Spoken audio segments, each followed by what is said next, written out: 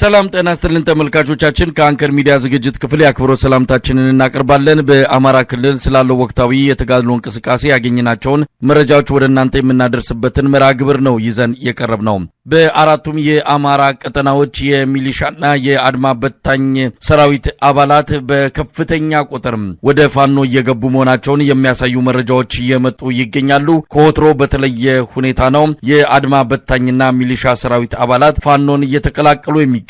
በአሃድ በተናጠልና በቡድን ሆነው ወደ ፋኖ እየገቡ ያሉት የአድማ በታኝና የሚሊሻ አባላት ከነ መሳሪያቸው መግባታቸው የፋኖን ኃይል ለማጠናከር ከፍተኛ አስተዋጽኦ እንደሚኖረው ከወዲሁ እየተገለጸ ይገኛል። በሌላ በኩል የመከላከያ ሰራዊት አባላት የሆኑ እንደዚሁ ከነ መሳሪያቸው ወደ ፋኖ የሚገቡበት ሁኔታ እንዳለ፣ በአብዛኛው ደግሞ መሳሪያቸውን እየሸጡ ወደ የትውልድ ቦታቸው እየሸሹ እንዳለ ነው በመረጃው የተመለከተው።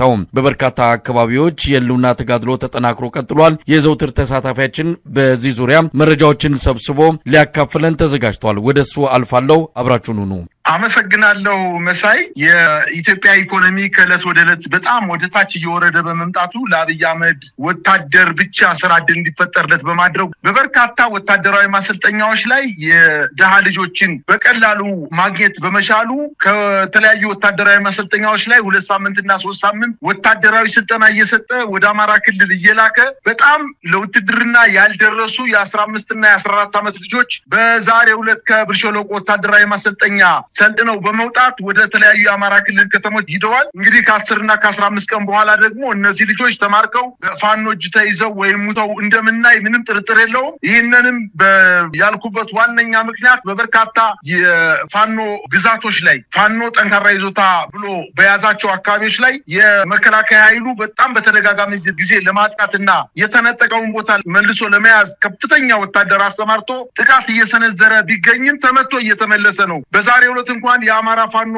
ብሔራዊ ኃይልና የአማራ ፋኖ ህዝባዊ ድርጅት በጋራ በምዕራብ ጎንደር ቋራ ወረዳ በአገዛዙ ጦር ላይ ተቀናጅተው የከፈቱት ውጊያ ዛሬም ለ5ኛ ቀናት ተጠናክሮ የቀጠለ ሲሆን በተለይ ደግሞ ደለጎ ዙሪያ ሳሊያ ወይንም የቴዎድሮስ ከተማ ትባላለች እቺ ሳሊያ፣ ወበልጌና መገንጠያ በተባሉ ቦታዎች ላይ በከባድ መሳሪያ የታገዘ ከፍተኛ ውጊያ ሲደረጉላል። ዛሬ አነጋግ ጠዋቱ 12 ሰዓት ጀምሮ አንተና እኔ እየተነጋገርን ባለንበት ሰዓት ከፍተኛ ውጊያ እየተደረገና በእነዚህ በጠቀስኩልህ 2 እና 3 ቦታዎች ላይ የፋኖ ኃይሎች ምሽጎችን በመስበር ከተሞችን መቆጣጠር መቻላቸውንና በዚህ በተደረገው ውጊያ ከ60 በላይ የአገዛዙ ጦር ሲገደሉ 48ቱን ማቁሰል መቻላቸውን አስታውቀዋል። በተደረገው ውጊያም እንዲሁ የቡድን መሳሪያ ስናይፐሮችን፣ ብሬኖችን ጨምሮ ድሽቃዎችን በቁጥጥራቸው ስር እንዳረጉና በርካታ የነፍስ ወከፍ መሳሪያ እና በርካታ ምርኮኛ በእጃቸው ማስገባታቸውና በሳሊያ ከተማ የፋኖ ኃይሎች እንዲሁም ወበልጌና መገንጠያ በተባለው ቦታ ላይ በአብዛኛው የፋኖ ኃይሎች ተቆጣጥረውት እንደሚገኙና ውጊያውም እስካሁን ድረስ ያልተጠናቀቀ መሆኑን ነው ማረጋገጥ የቻልነው። ውጊያው ተስፋፍቶ መቀጠሉን ተከትሎ በአካባቢው የመንግስት ኃይል የስልክና የኢንተርኔት አገልግሎትን ማቋረጡን መረጃዎች ደርሰውናል። በተደረገው ከባድ ውጊያ በተለይ ከገለጎ ከተማና ከአንዳንድ ተራራማ ቦታዎች በስተቀር የአገዛዙ ጦር አካባቢዎችን በሙሉ መልቀቁን ተሸንፎ መልቀቁንና ወደ አንድ ማዕከል እየተሰባሰበ እንደሆነ መረጃዎች ያመላክታሉ። በሌላ ዜና በተመሳሳይ መረጃ በማዕከላዊ ጎንደር አለፋ ወረዳ ከሻውራ ከተማ ተነስቶ አጸደ ማርያም የምትባለውን በቅርብ ርቀት የምትገኝ ከተማን ለማጥቃት ከሻውራ እና ከደልጊ ከተማ የሄደ የአገዛዙ ጦር አሁንም ተመቶ በርካታ ቁጥሩን ሙትና ቁስለኛ በማድረግ ተመልሶ ወደ ደልጊና ወደ ሻውራ መሸሸት መቻሉንና የአጸደ ማርያም ከተማ በዛሬው ዕለት በፋኖ ቁጥጥር ስር ውስጥ እንደምትገኝ እንዲሁም ድኩል አርባ የተባለችውን ከተማም ቆርጦ ከደልጊ ከተማ ለማገዝ ወደ አጸደ ማርያም ሲንቀሳቀስ የነበረውን ድኩል አርባ ከተማ ላይ መጥቶ እንደመለሰው መረጃዎች ይጠቁማሉ። በተያያዘ ዜና እንዲሁም በጎንደር በበርካታ አካባቢዎች ዛሬ ከጠዋቱ ጀምሮ ከባድ ውጊያ የተቀሰቀሰ ሲሆን በተለይ ከጎንደር ከተማ በቅርብ ርቀት የምትገኘው ማክሰኝት ከተማ እንዲሁም አምባ ጊዮርጊስና አዲስ ዘመን ከተማ ላይ የፋኖ ኃይሎች ከበድ ያለ ውጊያ መክፈታቸው ታውቋል። በከተሞች መሽጎ የነበረው ኃይልም ተጠቅቶ ከፍተኛ ጉዳት እንደደረሰበት ለማወቅ ተችሏል። በተለይ ከጎንደር ከተማ 40 ኪሎ ሜትር ርቀት ላይ የምትገኘው የማክሰኝት ከተማ ሙሉ በሙሉ በፋኖ ቁጥጥር ስር እንደገባች ታውቋል። በተደረገው ውጊያም ከ20 በላይ የአገዛዙ ጦር መደምሰሱንና የአማራ ፋኖ ብሔራዊ ኃይልና ጎንደር ጠቅላይ ግዛት ህዝብ በጋራ ጥቃቱን በመፈጸም ከተማዋን ሲቆጣጠሩ ከባህር ዳር ጎንደር መንገድ መዘጋቱን ለማወቅ ተችሏል። በሶስት አቅጣጫ የአማራ ፋኖ ብሔራዊ ኃይል በላይ ዘለቀ ዕዝ ጥቁር አንበሳ ክፍለ ጦር፣ የአፋድ ወይም የአማራ ፋኖ ህዝባዊ ድርጅት ጎንደር ጠቅላይ ግዛት ዕዝ አጼዎቹ ክፍለ ጦር በከተማዋ ዙሪያ አጥቅተው በጋራ ከተማዋን መቆጣጠራቸውን ለማወቅ ተችሏል። በከተማዋ ሲገቡ የፋኖ ቤተሰብ ናቸው ተብሎ ታስረው የነበሩ በርካታ ቁጥር ያላቸው የፋኖ ቤተሰብና ደጋፊዎች የተባሉትን በፖሊስ ጣቢያው በመግባት ማስፈታታቸውን አያይዘው ገልጸዋል። በዚሁ አካባቢ በበለሳ እንዲሁም በማዕከላዊ ጎንደር በለሳ ወረዳ ከፍተኛ ውጊያ እየተደረገ ሲሆን ከእብናት እገዛ ለመስጠት ወደ አዲስ ዘመን ሲመጣ በነበረው የአገዛዙ ጦር ላይ የአጼ ኢያሱ ክፍለ ጦር አግዶ እገዛ እንዳይሰጥ ማድረጉንና ሊያግዝ የመጣውን ኃይል ሙሉ ቀን ገጥሮት እንደዋለ መረጃዎች ያመላክታሉ። በተያያዘ በአዲስ ዘመን ከተማ የሚገኘው ጦር እየተመታ እንደሚገኝና ሊያግዘው የመጣው ከተለያየ አካባቢ በተለይ ከእብናት ከተማ ለማገዝ የመጣው ኃይል ተመቶ መመለሱንና በአዲስ ዘመን ከተማ ዙሪያ ከፍተኛ ውጊያ እየተደረገ እንደሆነና በዚሁ ቀጠና በዳግማዊ ቴዎድሮስ ኮር 5 አካል የሆነችው ጎንደሬ በጋሻውና ጥቁር አንበሳ ክፍለ ጦሮች በውጊያው መሳተፋቸውን አያይዘው ገልጸዋል። እንዲሁም በምዕራብ በለሳ አብዬና ድርቃ ልደታ በተባሉ ቦታዎች ላይ ምሽጎችን በመስበር በርካታ የሰራዊት አባላት መደምሰሳቸውንና አሁን የአርባያ ከተማ በከበባ ውስጥ መግባቷ ለማወቅ ተችሏል። በትናንትናው ዕለት በጓላና ሊሊ በተባሉ ቦታዎች ላይ ከፍተኛ ውጊያ ከተደረገ በኋላ አሁን የፋኖ ኃይሎች በበለሳ አካባቢ አባያና ድርቃ በተባለው ቦታ ላይ ማጥቃታቸውን ሰንዝረው የምዕራብ በለሳ ዋና ከተማ አርባያን ለመቆጣጠር ወደ ጫፍ መድረሳቸውን አያይዘው ጠቅሰዋል። ይሄ ሁሉ ድል የተገኘው በጎንደር በተለይ በዚህ 3 ቀናት ውስጥ ከፍተኛ ማጥቃት የፈጸሙበት ዋነኛው ምክንያት ጎንደሬዎቹ ሁለት የፋኖ ኃይሎች አንድነታቸውን ካበሰሩበት በኋላ መሆኑን አንድነት ምን ያህል ከፍተኛ ጉልበት ሊሆን እንደሚችል ማሳያ ነው ሲሉ የዓይን እማኞች ገልጸዋል። በዚሁ በተያያዘ ዜና የአባናደው ወይም ዘመቻ አባናደው ተብሎ ሲጠቀስ የነበረው ወሎ የተደረገው ዘመቻ ከተጠናቀቀ በኋላ አሁን ደግሞ በተለየ ሁኔታ የአገዛዙ ጦር እየፈረሰ የፋኖ ኃይሎችን እየተቀላቀለ መሆኑን መረጃዎች ይጠቁማሉ። በተለይ ዛሬ ጠዋት ከወገል ጤና፣ ከመርሳ፣ ከመካነ ሰላም፣ ከውጫሌ በመክዳት የልጅ ኢያሱ ራስ አሊ ኮር የጽናት ክፍለ ጦርና የደጋው መብረቅ ክፍለ ጦር አባላትን የተቀላቀሉት ቁጥር 26 መድረሱን አስታውቀዋል። ይህን ተከትሎ የአገዛዙ ጦር በዋርላ ድላንታ ግንባር ተነስቶ ወደ ዳውንትና ፀሐይ መውጫ ለመቆጣጠር ሞክሮ የነበረ ቢሆንም ተመቶ ወደ መጣበት እንዲመለስ ማድረጋቸውን አያይዘው ጠቅሰዋል። ይህ በእንዲህ እንዳለ በሸዋ ግንባር መራቤቴ ቀጠና በተደረገው ውጊያ የአገዛዙ ጥምር ጦር እየፈረሰ መሆኑ ተገለጸ።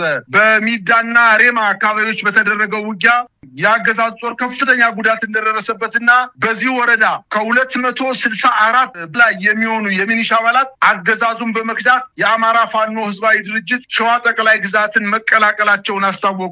የ101ኛ አየር ወለድ ክፍለ ጦር በቀጥታ በማገዝ መንገድ በመብራት እገዛ ሲሰጡ የነበሩ የሚኒሻ ኃይሎች በከፍተኛ ቁጥር የገዱበት ሁኔታ ተፈጥሯል። የአጼ አምደ ጽዮን ኮር የአጼ ዳውድ ክፍለ ጦርን ሲቀላቀሉ እኛ ከዚህ በፊት መከላከያን መንገድ እየመራን ህዝባችንን በድለናልና በበደልነው መሰረት አሁን ህዝባችንን ለመካስ ከእናንተ መጠናል በማለት በፍላጎታቸው ከ264 በላይ የሚሆኑ የሚኒሻ አባላት መቀላቀላቸውን አስታውቀዋል። በሚዳና ሬማ ወረዳ ውስጥ ከቄጠማና ሞሬ ቀበሌ 32 የሚኒሻ አባላት፣ ከኢጎቢያ ቀበሌ 79 የሚኒሻ አባላት፣ ከአዝማ ቀበሌ 28 የሚኒሻ አባላት፣ ከጠባቢት ቀበሌ 9፣ ከበጀት ቀበሌ 35 እንዲሁም ከአላቦ ቢራባ ቀበሌ 81 በድምሩ 264 የሚኒሻ አባላት የፋኖ ኃይሎችን መቀላቀላቸውን አስታውቀዋል። ይህ ሁሉ ግፍ እያየን እየሰማን መከላከያ ተብለን ልንጠራም አይገባም በማለት ባለፉት ጥቂት ቀናት ብቻ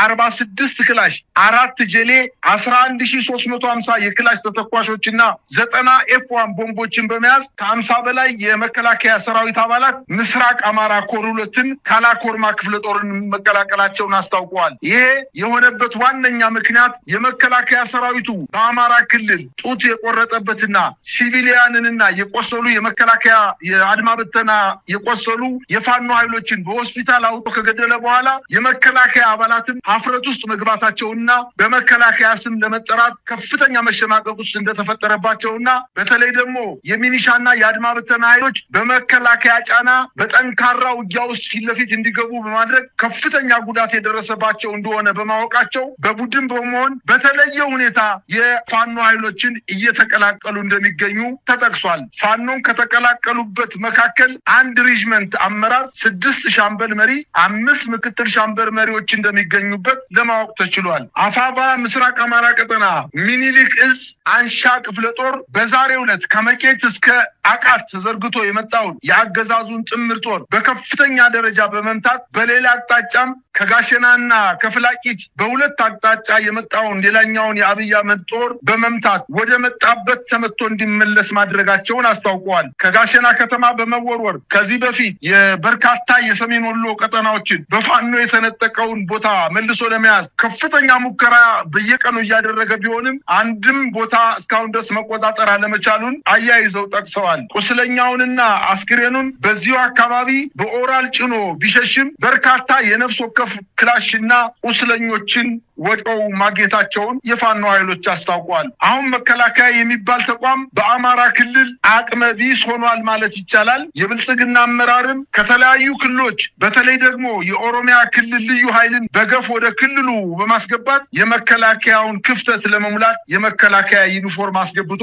ከፍተኛ ውጊያ ለማድረግ በዝግጅት ላይ ያደረገ እንደሆነና በአንዳንድ አካባቢዎችም እውነተኛ ጦርነት የገባ ቢሆንም በርካታ የውጊያ ቀጠናዎች ላይ ከፍተኛ ጉዳት የደረሰበት መሆኑና አሁን ወደ ኋላ እያፈገፈገ እንደሚገኝ መረጃዎች ያመላክታሉ። አሁን ማምሻውን የደረሰን ዜናም እንዲሁ ከአርባያ ከተማ በ4 ኪሎ ሜትር ርቀት ላይ በተደረገው ከፍተኛ ውጊያ የፋኖ ኃይሎች ባደረጉት መልሶ ማጥቃት የአገዛዙ ጥምር ጦር የውጊያ ብልጫ ተወስዶበት ብዛት ያለው ኃይሉ ማጣቱንና በሞርተርና በድሽቃ ሽፋን እየሰጠ የቆሰሉትን በኦራል መኪና ይዞ ወደ አርባያ መመለሱን ለማወቅ መቻሉን ታውቋል። በመጨረሻ የአማራ ፋኖ ህዝባዊ ድርጅት ቴዎድሮስ እዝ 1ኛ ክፍለ ጦር ኮሎኔል ታደሰ ሙሉነ ብርጌድ በመራዊ ከተማ ላይ ጥቃት በመፈጸም 5 የአገዛዙን ጦር በመግደልና 7ቱን በማቁሰል 5 የጦር መሳሪያ በመያዝ የከተማ ድንገተኛ ጥቃት ፈጽመው በሰራዊቱ ላይ ከፍተኛ ጉዳት አድርሰው ከከተማው እንደወጡ ለማወቅ ተችሏል። በሌላ አቅጣጫም እንዲሁ ከመራዊ ከተማ ተነስቶ ወደ አጣሪ በተባለች ወታደራዊ ምሽግ ላይ በኦራል ተሽከርካሪ ሲጓዝ በነበረ የአገዛዙ ጦር ላይ የደፈጣ ጥቃት ተፈጽሞ 2 የመከላከያ ሰራዊት አባላትን በመግደል 7 በማቁሰል እነዚህን የቆሰሉትና የሞቱትን መሳሪያዎች በመማረክ የፋኖ ኃይሎች በአገዛዙ ጦር ላይ ጉዳት እንዳደረሱ መረጃዎች ያመላክታሉ። በሌላ ዜና በአማራ ክልል በተለያዩ አካባቢዎች በጣም ጠንካራና ለረጅም ወራት ስልጠና በመስጠት ወታደሮችን እያስመረቁ እንደሆነና የአማራ ፋኖ ህዝባዊ ድርጅት ምስራቅ አማራ ቀጠና ሚኒሊክ እዝ የደረጋው መብረቅ ክፍለ ጦር ከ6 ወር በላይ ያሰለጠናቸውን ልዩ የኮማንዶ አባላት የአካባቢው ማህበረሰብ ታዋቂ ግለሰቦች እንዲሁም የፋኖ አመራሮች በተገኙበትና በከፍተኛ ትርኢት በመታጀብ በርካታ ሺዎችን ማስመረቅ መቻላቸውንና በዚህም የአካባቢው ማህበረሰብ በጣም በከፍተኛ ደስታ ገዛ ሲያደርግላቸው እንደነበረ አሁን ማምሻውን የደረሰ መረጃ ያመላክታል። በጣም ነው ማመሰግነው። እንግዲህ በጣም ሰፋ ያለ በእያንዳንዱ ቀጠና ያለውን ያለፉትን 2 እና 3 ቀናት ወታደራዊ እንቅስቃሴዎች የተመለከተ መረጃ ነው ያቀረብክልን። እንግዲህ ከመረጃ ማወቅ የሚቻለው በከፍተኛ ቁጥር የሚሊሻውና የአድማ በታኙ እንደዚሁም የመከላከያ ሰራዊት አባላት ስርዓቱን እየከዱ ወደ ፋኖ የሚገቡበት ወይም ደግሞ ባገኙት አቅጣጫ ጠፍተው መሳሪያቸውን እየሸጡ አገኙት አቅጣጫ የሚጠፉበት ሁኔታ እንዳለን የተረዳ ነው። አብይ አህመድ ፓርላማ ሆኖ ሲናገር ስንሰማው ይህን ሰራዊት ይዞ ነው እንዴ በእንደዚህ አይነት መወራጨትና ድንፋታ የሚያወራው ብለን እንድንጠይቅ አድርጎናል። ለማንኛውም ሰራዊቱ በከፍተኛ ከፍተኛ ቁጥር እየከዳ ነው። ይሄ በዝም ብሎ ለፕሮፓጋንዳ ወይም ጨዋታ ለማሳመር በሚል የሚካሄድ አይደለም። መሬት ላይ ያለ በተለያየ ማስረጃዎች ሊቀርብ የሚችል ጉዳይ ነው። ምንድነው እየሆነ ያለው? አማራ ክልል አድማ በታኝና ሚሊሻ በተለይ ስርዓቱን እየከዳ ነው ያለው። መሳይ ስርዓት በተቋም ደረጃ መክዳት ከጀመረ በርካታ ጊዜ ሆኖታል። ሰሞኑ ግን የሚሊሻና በተለይ የአድማ ብተና ኃይሉ በጣም በተለየ ሁኔታ ነው ክዳት እየፈጸመ ከነትቁ። እንግዲህ የሚሊሻ ኃይሎች ስናይፐርና ብሬን ከየት አመጣው እንደሆነ አይታወቅም። ስናይፐርና ብሬናቸውን እንደያዙ ነው ወደ ፋኖ እየተቀላቀሉ ያሉት። መንግስት እያለ ያለው ደግሞ 5 እና 6 ክላሽ ይዘው ሸለቆ የሚንቀሳቀሱ ኃይሎች ሽፍቶች ናቸው እያለ ነው። ነገር ግን ከእውነታው ጋር እጅግ በጣም የሚጋጭ ነገር ነው። የፋኖ ኃይሎች 6 ወርና ከዛ በላይ ጠና በመስጠት በስፔሻል የሆኑ የፋኖ ኃይሎችን የኮማንዶ ኃይሎችን እያስመረቁ በአንዳንድ ቦታዎች ላይ ደግሞ ማጥቃት እየሰነዘሩ የመከላከያ ሰራዊቱ ደግሞ በገፍ ለማጥቃት ሲንቀሳቀስ በመልሶ ማጥቃት መክተው እያዝረከረኩ እየመለሱት ነው። ይሄ በጣም ከጠቅላይ ሚኒስትሩ ንግግር ጋር እጅግ በጣም የሚጋጭ ነገር ነው። በእርግጥ ይሄ ጠቅላይ ሚኒስትር በፋኖ ላይ ያደረገው ንግግር ለመንግስት ባለስልጣናት እና ለብልጽግና አመራሮች እንዲሁም ስንፈተ ውጊያ የታየበት የአድማ ብተና የሚኒሻ የመከላከያ ሰራዊት አባላት ሞራል ይሆን ለማድረግ እውነት ነው እንዴ? በእኛ በኩል ብቻ ነው እንዴ ደካማ የሆን ነው? በጎንደር ያለው ሸዋው ላይ ጠንካራ እንደሆን እንዲሰማው የሸዋው ወሎ ላይ ጠንካራ ስራ እየተሰራ እንዲሆን እንዲሰማው ለማድረግ ካልሆነ መስተቀር እውነት ይሄ ስርዓት ጅቷል። እንዲያውም አንዳንድ አባባሎች አሉ፣ መሬት ሲያረጅ ኩርንችት ያበቅላል ይባላል። ልክ እንደዛ አይነት ነገር ነው አሁን እያየን ያለ ነው። ስርዓቱ አርጅቷል። የማርጀቱ ዋነኛ ምልክት ደግሞ እያንዳንዱ መከላከያ ሰራዊት ከጥርነፋ ውጭ እየወጣ አንዳንዱ ስርዓቱ ይፈርሳልና የተወሰነ ገንዘብ ይዤ በማለት ከአድማ መከላከያ ጥርነፋ ምሽጋቸው በመውጣት በአስፋልት እየወጡ በክላሽ ሳንጃ ሰውን እየዘረፉት ነው። መኪና ላይ ንብረት እየዘረፉ፣ ሌላው ደግሞ መሳሪያውን እየሸጠ ወደ እናቱ ወደ ቤተሰቡ ወደ ሀገሩ እየሄደ ነው። ሌላው ደግሞ በደንብ የገባው ደግሞ ከነ መሳሪያው አንዳንድ የመከላከያ ሰራዊት አባላት 1 ክላሽ አይደለም 2 ክላሽ እያዙ፣ 1 ስናይፐር 2 ክላሽ፣ 1 ስናይፐር 1 ክላሽ እያዙ የፋኖ ኃይሎችን እየተቀላቀሉ ነው። ይሄ ስርዓቱ መፍረሱን በግልጽ የሚታይበት ሁኔታ ነው። ነገር ግን እሱ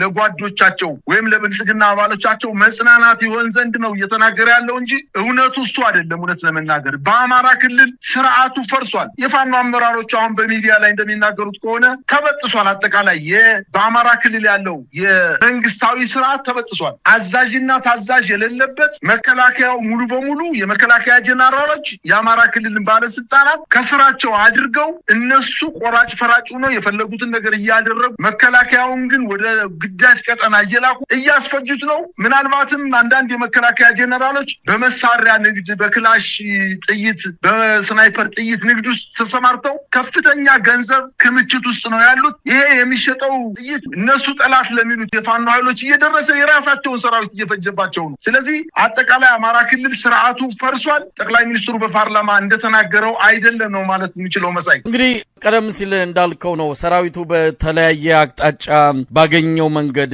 እግሩ በመራው ክፍት መንገድ ባገኘው ነጻ ብሎ ባመነበት መሬት ሁሉ እየጠፋ ወደ ተለያዩ አቅጣጫዎች እየሄደ ነው የሚገኘው። ሰሞኑን የፋኖ ኃይሎች የለቀቁት አንድ ቪዲዮ አለ። በምርኮ የተያዙትን ከአብይ አህመድ ድሮን ያመለጡ ከአብይ አህመድ ሰው አልባ አውሮፕላን ያመለጡ የመከላከያ ምርኮኞችን እንደዚሁ ሲዝናኑ የሚታይበት እየተጫወቱ እየዘፈኑ እየደነሱ የሚታዩበትን አንድ ቪዲዮ ለቀዋል። በዚህ ደረጃ ነው እኛ ምርኮኞችን የምንይዘው። እንደናንተ ሴት ወታደሮችን ይዘን ጡት አንቆርጥም፣ ወንዶችንም ቢሆን እንደዚህ እንንከባከባለን የሚል በእውነት ሰው የሚሸጥ ሰብአዊነት የሚታይበት ምላሽ ነው በፋኖች በኩል እየተሰጠ ያለው። አገዛዙ በሞራልም በሰውነትም በሁሉም ነገድ የወደቀበትና ኮስሶ የታየበት ነው። አብይ አህመድ እዛው ፓርላማ ላይ ከረባት አድርጎ የሚወራጭበትና መንግስት ለመምሰል መሪ ለመምሰል የሚያደርገው መፍጨርጨር ከራሱ በስተቀር ሌላውን ሊያሳምን የሚችል እንዳልሆነ ብልጽግና መንደር የሚወራውን እየሰማን እንገኛለን። ለማንኛውም አማራ ክልል ካቢኔው ተበትኗል። ከዚህ በኋላ ቆሞ የሚሄድ አገዛዝ እንደማይኖር፣ ቆሞ የሚሄድ የፖለቲካ አመራር እንደማይኖር ታውቋል። መከላከያ ሰራዊቱም ከጥቁር አስፓልት ባሻገር በከተሞች በዞን ዋና ከተሞችና በትልልቅ ከተሞች ተወስኖ እዛም በጀቱን እየበላ የራሳቸውን መሬትና እርሻ እየሰሩ የግል ጥቅማቸውን እያሳደዱ የሚቆዩ እንጂ ለአማራ ህዝብ ህዝብም ለኢትዮጵያ ህዝብም የሚሰራ የመከላከያ አመራር እንደሌለ በግልጽ የታወቀ ጉዳይ ነው። ስርዓቱ ወደ መጨረሻው ምዕራፍ የደረሰ ይመስላል። አማራ ክልል ከተመታ፣ አማራ ክልል አከርካሪው ከተሰበረ ቀሪው የብልጽግና አመራር ወይም ደግሞ ቀሪው የኢትዮጵያ ክፍል ነፃ መውጣቱ አይቀርም። አንድ የፋኖ አመራር ባለፈው እንደገለጸልን ከሆነ በአማራ ክልል በዲሽቃ ከዛ ውጪ በፊሽካ ብለዋል። አማራ ክልል ከወጣም በኋላ ቀሪው የሚያሰጋ አይደለም የሚል ነገር ነው እየተነሳ ያለው። አብይ አህመድ በፓርላማ መጥቶ ህይወት እንዳለው አቅም እንዳለው ለማሳየት ሞከረ እንጂ መሬት ላይ ያለው በተቃራኒው እንዳለ ነው የሰማ ነው። እስቲ በማጠቃለያ ምን ማለት ይቻላል? መሳይ የአማራ ክልል ውጊያ እንደው እውነት ለመናገር ተጠናቋል ማለት ይቻላል። ባህር ከተማ በአሁኑ ሰዓት የመከላከያ ጄኔራሎች ለቱሪስት ተብሎ የተሰሩ የባለሀብት ሆቴሎች ላይ ነው ራሳቸውን እያዝናኑ የሚገኙት። መከላከያው ደግሞ አይተዋል እንግዲህ በምርኮ የተያዙ የመከላከያ ሰራዊት አባላት ካልሲያቸው ከላያቸው ላይ ተቀዳዶ ጫማቸው ውስጥ ቅማልና ቅማንጅር ብብታቸው ከፍተኛ የሆነ ተባይ ሰፍሮባቸው ጸጉራቸው ወታደር የማይመስል ሽፍታ የሚመስል ወታደር አሰማርቶ እድሜያቸው በጣም ዝቅተኛ የሆኑ ወታደሮችን አሰማርቶ በምርኮ ገና የጥይት ድምፅ ሰምተው ማያውቁ ሰዎች ምናልባትም የፕላስቲክ ሲፈነዳ ሰምተው ማያውቁ ወታደሮች እስኪመስሉ ድረስ ውጊያ ገና ሳይጀምር ነው እጅ እየሰጡ ያሉት፣ እየተበተኑ ያሉት። ይሄ ደግሞ የሚጠበቅ ነገር ነው። ምክንያቱም የመከላከያ ጄኔራሎችና ወታደሮቹ ከፍተኛ ገንዘብ ማካበት ላይ እንደሚገኙና መከላከያው በአንዳንድ ቦታ ላይም ደሞዝ አይከፈለውም፣ ቤተሰብ አይጠይቅም፣ በምሽጉ አይወጣም፣ ልብስ አይቀይርም። አጠቃላይ ከከተማ ተነጥሎ ከፍተኛ በደል እየተፈጸመበት እንደሆነ አውቋል።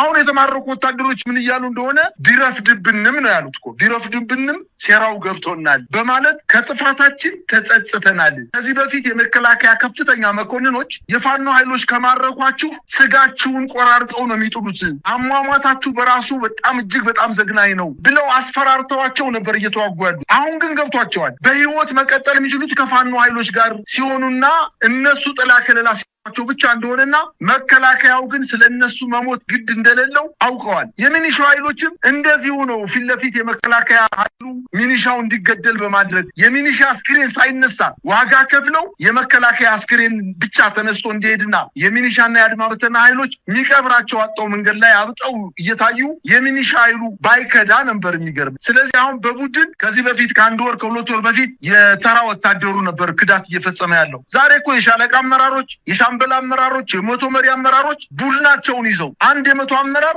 40 እና 30 ወታደሮችን ይዞ በአንድ ላይ ከነሙሉ ትጥቁ ነው ፋኖን እየተቀላቀለ ያለው። ስለዚህ ስርዓቱ አማራ ክልል በፍጹም ፈርሷል። የፖለቲካ አመራሩም ቢሆን መሳይ አሁን አጽድቻለሁ ሌሎችን ተክቻለሁ ብሎ እየተናገረ ነው የሚገኘው። ምናልባት ከኮሚኒኬሽን ቢሮ ኃላፊው በስተቀርና ከፕሬዝዳንቱ በስተቀር አብዛኛውን ኃይል ቀይሯል። ነገር ግን ጉልቻ ቢለዋወጥ ወጥ አያጣፍጥም ነው የሚባለውና አማራ ክልል እየፈለገ ያለው ህዝቡ እየፈለገ ያለው ይሄ ስርዓት በአማራ ክልል አርጅቷል፣ አንፈልግም፣ ስርዓቱ እስካልተቀየረ ድረስ ትግላችንን እንቀጥላለን በማለት የፋኖ ኃይሎች ከራሳቸው ኃይል በተጨማሪ አባት አርበኞችን አደራጅተው በጋራ ስርዓቱን እየወጉት እያፈረሱት እያስሮጡትና እየቀሙት ነው የሚገኙት። አሁን የመከላከያ ሰራዊቱ በአማራ ክልል ሽፍታነት ተግባር እየፈጸመ በመንገድ መኪኖችን በማስቆም ዘረፋ ላይ ተሰማርቷል። ሴቶችን አረቂ በመጠጣት በመስከር በከተሞች ላይ መሳሪያ ታጥቆ ወደ ከተሞች በመግባት ጥይት በመተኮስ ህዝቡን በማስፈራራት ህጻናት ልጃገረድ ሴቶችን ባለትዳር ሴቶችን በግድ ዘረፈ እንደሚገኝና የፋኖ ኃይሎች ደግሞ ከተሞችን በተቆጣጠሩባቸው አካባቢ የመንግስት ተቋማትን ቴሌኮሙኒኬሽንን፣ መብራት ኃይልን፣ ሌሎችንም ተቋማት በኃላፊነት ስሜት ጥበቃ እያደረጉና ህዝቡን በማረጋጋት በሰላም ሰርቶ እንዲኖርና እንዲገባ በማድረግ አሁን ፋኖ በአማራ ክልል የተቆጣጠራቸው ቦታዎች ላይ ፍጹም ሰላማዊ ከተሞች ነው። ህዝቡ ወደ ግብይት ይወጣል በነጻነት። ምናልባት የሚያስፈራ ነገር ቢኖር ድሮን ሲመጣ ብቻ ካልሆነ በስተቀር እግረኛው ወደዛ ቦታ ተንቀሳቅሶ የማሸነፍ ሞራል እንደሌለውና የፋኖ ኃይሎች ግን አሁን ለተጨማሪ ማጥቃት ራሳቸውን እያዘጋጁ ሰራዊትን እያስመረቁ እንደሚገኙ ነው የሚያመላክቱት። በትክክልም በተለይ ሰራዊትን በማሰልጠን ራስን ብቁ በማድረግ ረገድ በአማራ ፋኖ በሁሉም ቀጠናዎች የሚደረገውን እንቅስቃሴ በቅርበት እየተከታተልን ነው። በቅርበት የተለያዩ ዘመቻዎች እንደሚኖሩ እስከዛሬ ከሰማናቸው ካየናቸው ከተደረጉት በላይ ያገዛዙን አከርካሪ የሚሰብሩና ምናልባትም ከአማራ ክልል ብቻ ሳይሆን ብዙዎቹ የኢትዮጵያ አካባቢዎች የአብይ አህመድ አገዛዝ ተነቅሎ ከነ ጭራሹ የሚወገድበት የተለያዩ ዘመቻዎች ሊከፈቱ እንደሚችሉ እየሰማን ያለ ነው። እንግዲህ ያንን ጊዜ እንጠብቃለን። አብይ አህመድ ካለፈው ይልቅ የመጪው ጊዜ እጅግ ፈተና የሆነበት ነው። 3 እና 4 ሽፍታዎች ብሎ በማቃለል የገለጸበትን ይህንን በተመለከተ የአማራ ፋኖ ብሔራዊ ኃይል የሴንትራል ኮማንድ አባል አርበኛ አስረስ ዳምጤ እንደገለጽልን ከሆነ የምትፈራውን በጣም የምትሰጋውን ኃይል ለማሳነስና ለማኮሰስ የሚትድበትን ርቀት ነው አብይ አህመድ ያሳየውና ከማንም በላይ በኢትዮጵያ በግራም በቀኝም ከውጭም ከውስጥም ካሉት ኃይሎች በላይ የሚፈራው ፋኖን ነው። ፋኖ በሙሉ ኃይሉ እየመጣበት ስለሆነ የዛ የስጋቱን የፍራቱን ሁኔታ ነው በፓርላማ ያንጸባረቀው በማለት ገልጾታል። ለማንኛውም መጪው ጊዜ እጅግ ፈተና ነው። ተከታትለን ያለውን ሁሉ ለተመልካቾች የምናቀርብ ይሆናል። በጣም ነው የማመሰግነው። እግዚአብሔር ይስጥልኝ።